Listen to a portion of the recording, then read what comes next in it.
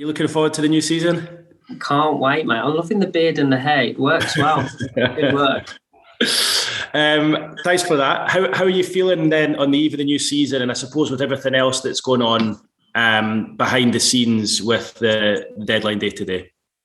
Look, I feel great. I think, more importantly, it's not about me feeling great. It's probably more the players feeling great. But no, I feel excited. I think that the whole reason we came to Manchester United was the challenge of being at a club like Manchester United. And I think that the first challenge is being the first game and the first live game. So, we can't wait. It's going to be wonderful to be part of it. It almost welcomes in the new era, and that feels brilliant too. So I can't feel anything but positivity towards the situation and something that we all can't wait. We're all looking forward to. I feel the energy around the group. And how they want to kind of show who they are and what they are. So it feels great. Thank you very much for asking. You mentioned the energy there ahead of the new season and how you feel that. Do you feel the pressure as well in the new role? Honestly, I don't. And I think what I've learned over the past few years is that you have an internal pressure that probably pumps higher than any from external. So for us, and again, we know we're here to be a team that needs to be successful. So I don't think you can look at it two ways. You can look at it with pressure, or you can absorb the pressure and know it's part of what you're trying to do. And that way you can stay focused on your job. And so for us, look, I know times can be good, bad, indifferent as a manager, but I think you just have to try and stay focused and true to what you do. And if you put those processes in place, then the pressure becomes part of what you do. If you expect it already and you can build with it, I feel it becomes part of your DNA for how you want to play too. Do you feel as though you personally have had enough time to get your feet under the desk and do what you want to do ahead of the season, or would you have preferred a little bit more time? I mean, I'd have preferred 400 days more than 30, if I'm being honest. But no, look, I feel that we're as ready as we need to be. I'm a big believer in that. It's a wonderful opportunity to be at Manchester United and take a club that has a wonderful foundation to a new level. So I think we'd all wish for more time. You all wish, you always think, have we got that detail right? Have we got that detail right? But until you start playing, you don't know. So for us, it'll be 30 days tomorrow, I think. I just can't wait for it to start. So it's going to be a different thing feeling a winter again in England. I haven't felt one for 2.5 years. But no, I'm looking forward to it. Regardless of how many days, I think that would be a factor to take away from what the team have already given to us. And I think, we'll have lots more days together as we go throughout the season. I remember speaking to you, it must have been about a month ago when you came in, just under a month. And I remember you saying that time that I think Ollie had popped over to have a cup of tea with you and welcome you and that kind of thing. There's obviously been quite a lot happening at the club in the last week. On the men's side of things, with Cristiano Ronaldo coming back, how much of a buzz is there around the club as a whole as a result of that? I think we're feeling the staff. Like it's not even just the players. I think with Cristiano returning, it becomes part of the bigger construct of the club. You can feel the vibes that are changing in the teams. And it feels like, I was speaking to someone that's been here a long time, because obviously that's how you get to know the history of the club as well. And they can feel a renewed energy, a focus, a drive, a connected drive in all of the teams. When we're out on the training fields, the staff often come up to us and share what they see, what they don't. We were doing a session the other day and we had 3 or 4 of the under-23s coaches and the 18s coaches, watching parts of the session and giving feedback and stuff. It was great. So it feels like, although Manchester can be quite great, it definitely feels like there's a rise of energy from all the teams in and around Manchester United. It feels great. Yeah, well said. Just a couple more from me. Obviously, deadline day today, we're making a big deal of it on Sky Sports News. Can you tell our viewers if you're still active in the transfer window? Look, I think what's important here now is that we have time to assess the team. We have time to identify players that we would like, because I think what we have to get right here is we have to get the right people for the right positions as well.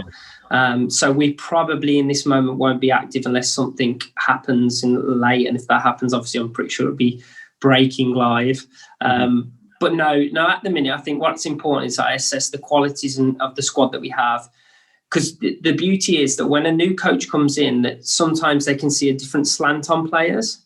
And so you can open up different avenues for players to be different. So we won't be active, I don't feel, in this moment. But what we are doing, the beauty of this club is they already pre-plan and think longer than this window. And that's brilliant. That's brilliant to be at a club that has foresight, because then what that shows is we will identify players that we want to add to this group for sure, but maybe just not in this window. Okay, and just finally from me, is there any concern at all? There seems to maybe be a little bit of a concern from some of the fans that some of the players last season who did so well haven't maybe been replaced properly. How does that sit with you going into the new season? As I just said, I think what you have is you have a renewed energy and a kind of, when a new coach comes in with different ideas, some players rise into a different challenge and they can become a different mindset. So from what I see, we have really flexible, positional-minded players. And I think what that allows us to do in the short term is to be really competitive in what we want to do, but then also add the right players into what we want when we identify that and when we assess that. Look, we had some great players, of course, they're very well renowned. But when you have those great players, sometimes the other players don't get a chance to, show who they are. So it's about time that they showed who they are. And my energy goes fully towards helping them to do that. And then, as I say, once we've identified the targets and we're looking closer to them, we'll add them in at the right times. And that way, you've built a core culture from the start. You've built the qualities from the start. You've built the togetherness from the start. And then you add the right people into it. And then you've got a real great platform to build from. Thanks, Mark. Good luck for the season. Thank you very much. Thanks, Keith. Moving on to Dom from Radio Manchester, please. Mark, you okay? Good to meet you. And you, Dom. Nice stuff. I just want to start off by asking, when you left English football sort of a couple of years ago, left Birmingham, went over to the States, how would you compare what you left then to what you're about to walk out to tomorrow night at Leigh Sports Village? Miles apart. I think, in such a positive way. Birmingham was a special club to me because obviously it was something I was involved in for a long, long time. When I come to Manchester, instantly within these 30 days, I felt that it's a club that has the pretty much identical values in terms of, but the adage that, the success is something that runs throughout the veins of this club.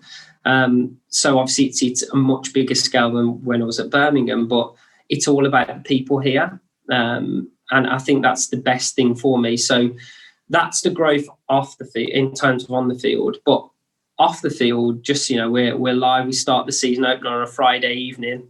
And it just feels like it's a totally different place. And it's going to be a great spectacle for everyone involved. And I can't encourage anybody more than to come and watch what we do and watch what everybody does this year, because the growth of the women's game is about to be where we, on the start of the trajectory that we want it to be. We've watched it for far too long without the support that it deserves. And hopefully with the new partnerships, it's going to become that product that everybody wants to. And, it'll be a wonderful spectacle, I'm pretty sure. And just talk to me about the 30 days, as you mentioned. How have you broken them down as a head coach, and what have you had to do in terms of adapting and sort of growing into the role? I've had to have 50 mindsets, I think. Look, it's been such a wonderful challenge. The first thing, the most important thing is getting to know the players. I need to know who they are. I need to put them in situations where it's not just comfortable, but I also need to support them throughout everything that they do. They're the most important people, barring the fans. So, I have to get into their psyche. I have to understand who they are and what kind of motivates them. Then we have to build the bigger construct. Sorry, there's a fly flying around me at that time. Then we have to build the bigger constructs of how we want to play, of course, tactically. And we have to put the principles in. So the first 30 days is all about principle work. How do we want our teams to look when we're out of possession, when we're in transition, and obviously when we're in and out of possession. So those are going to be what we've focused on.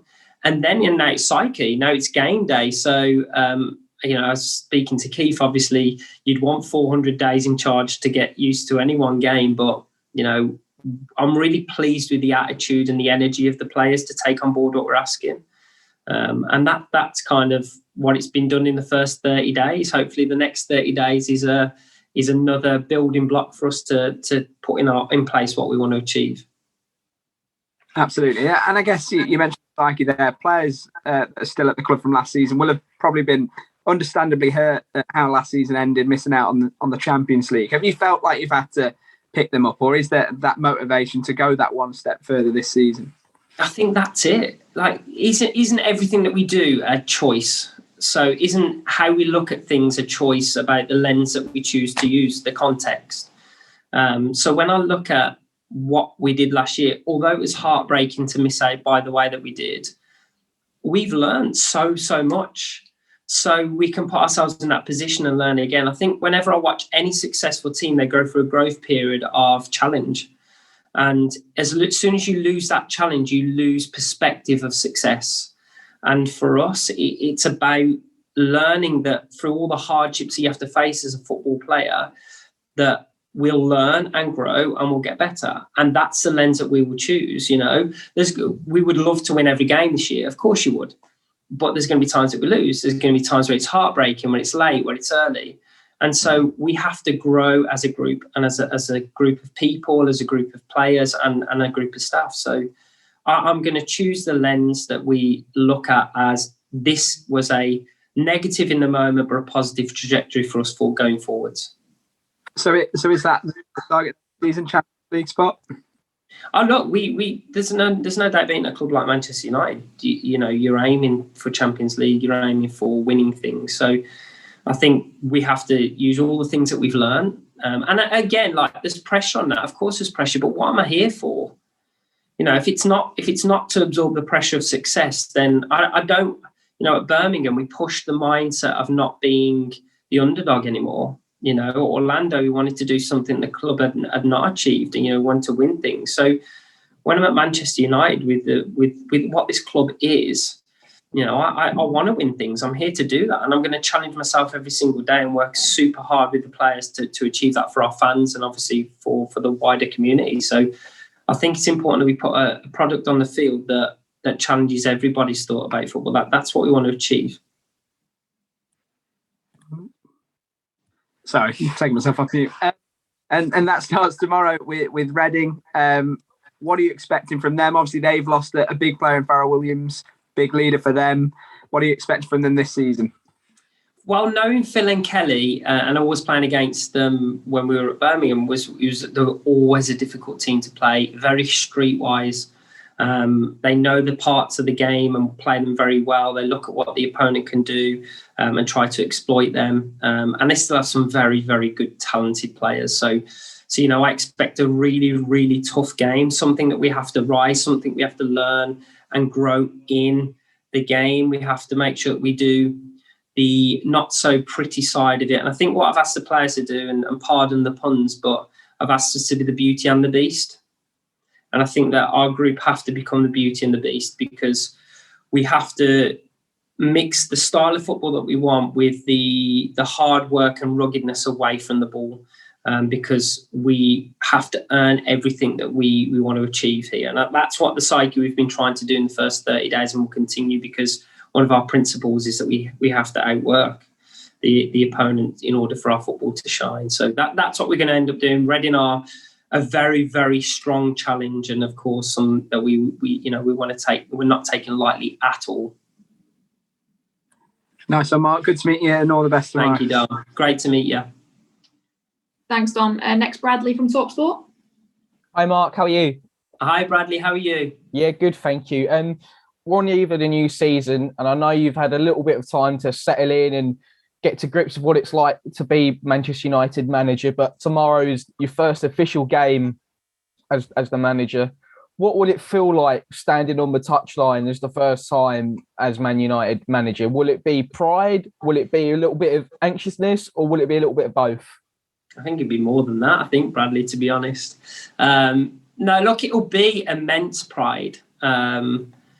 if I was looking at, like, we often talk about players when their future projections of their careers. If you look at a lad, I think I was a part-time butchery assistant at 16, never really understood where I'd be in life, and to be here and managing Manchester United women is going to fill me with immense pride. But unfortunately, I'm not allowed to feel that in the moment.